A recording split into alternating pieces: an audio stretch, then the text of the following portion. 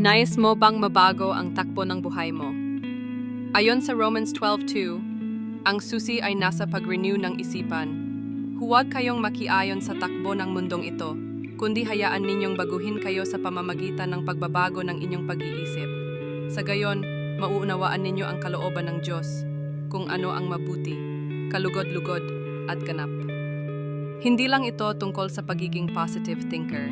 Ito'y tungkol sa pagpapabago ng Diyos sa isipan, isang proseso ng spiritual formation. Ang mga iniisip ay nagiging ugat sa puso, at ang puso ang nagdidirekta ng kilos. Kaya mahalaga sa Diyos na mabago ang isipan, dahil dito nagsisimula ang laban para sa kinabukasan. Kapag iniimbitahan tayo ni Jesus sa kapahingahan, hindi lang ito tungkol sa pisikal na pahinga. Ito'y pahinga para sa kaluluwa, katahimikan ng isipan, kapayapaan sa puso, at kalayaan mula sa ingay ng mundo. Marami ang patuloy na nabibigatan kahit may araw na tila maaliwalas. Minsan, paulit-ulit na lang ang takbo ng buhay. Walang bago, nakakawala ng sigla.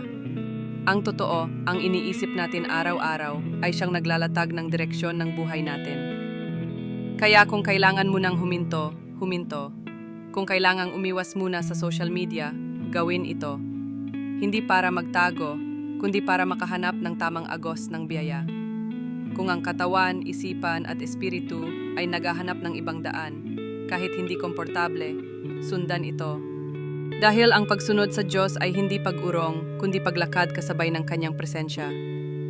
Sa ganitong pagsunod, hindi na kailangang uminom mula sa mga sisidlang sira na hindi nakakatikhaw ng uhaw.